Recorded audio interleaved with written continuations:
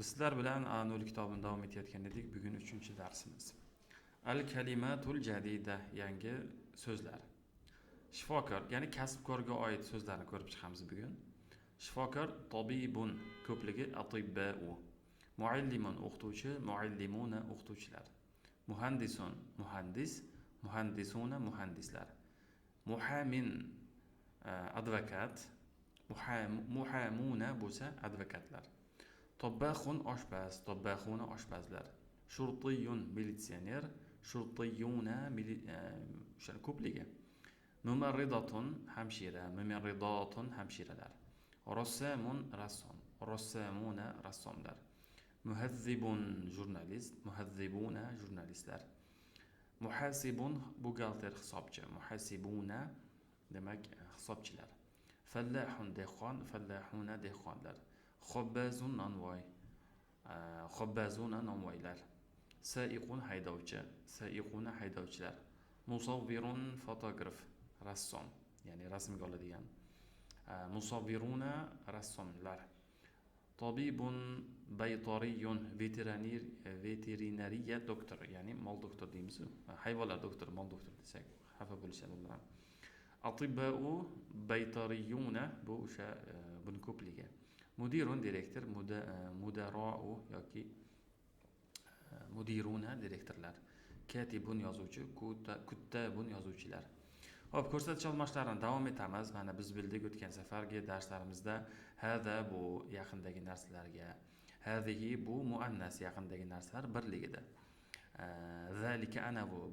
Endi bugun biz darsimizda bun deyishni o'rgandik, anavini o'rganamiz. Zalika hadani sherigi faqat yaqinda emas, uzoqda bo'ladi. Mana man zalika, anavi kim? Bu o'sha anavi bizdan uzoqroqda bo'lishi kerak, bir sharti va bu muzakkar bo'lishi kerak, erkak kishi ishlatiladi.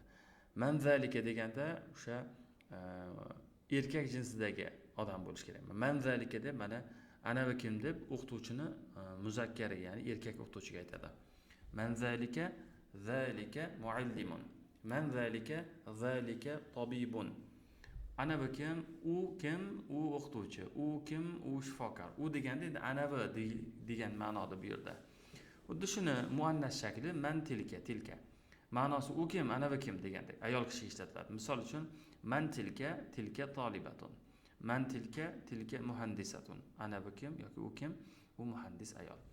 Endi ulaika esa ko'plik ishlatiladi va bu o'sha jonli kishilar bo'lishi kerak. Ya'ni kasbkor egalari, insonlar bo'ladi ulaikada. Muzakkarga, muannasga ham bir xil ketaveradi bu.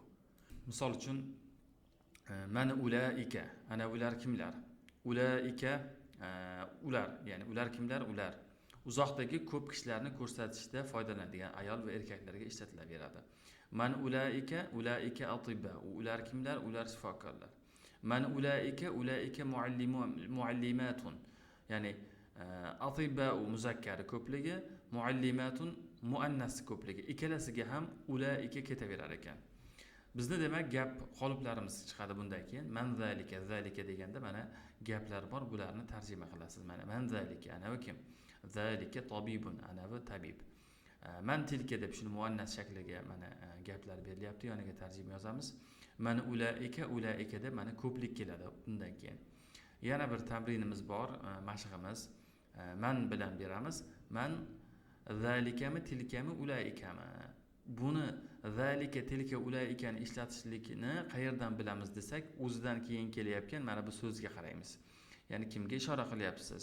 Muzakkargami, muannasgami, birlikmi, ko'plikmi? Shunga qarab ajratib olamiz.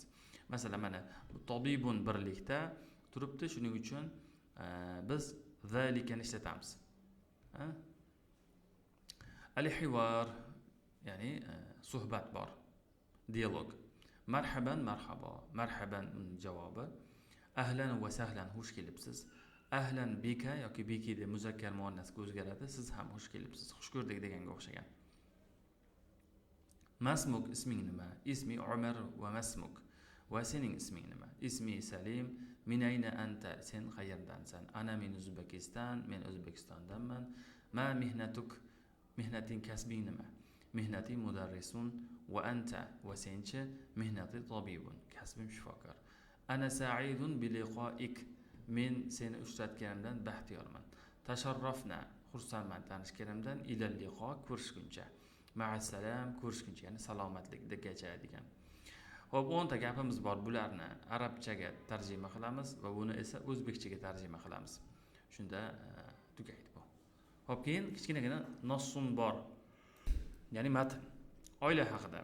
Ailati, oilam, tatakawwanu min dan iborat degani. Mihnatin muxtalifatin, turli bir kasblardan iborat. Meni oilamdagilarni degan ma'noda bu. Abi tabibun, otam tabib. Ummi muallima, akhi muhandis, uxti. Qolganini o'zingizlar tarjima qilib o'rgansizlar, chunki hammasini o'zida tarjimalarni pastiga berib qo'yilgan so'zlarni qilib bersam oson bo'lib qoladi. Mashqlarni ham. Demak, bularni yodlab, o'zlashtirib, gaplarni tarjima qiladigan bo'lib olishimiz kerak ekan. Shu bilan bizni 3-darsimiz nihoyasiga yetdi.